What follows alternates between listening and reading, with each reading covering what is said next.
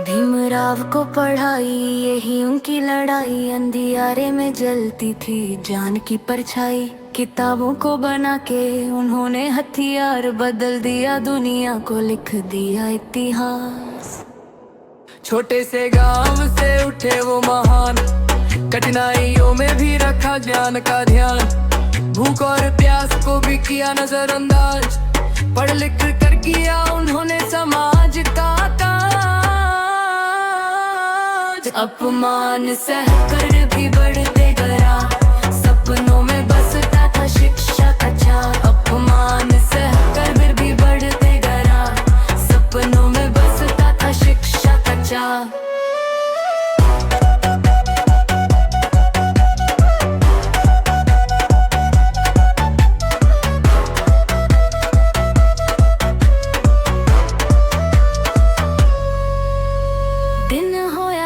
बस किताबों का साथ, मेहनत से लिखी उन्होंने अपनी हर बात।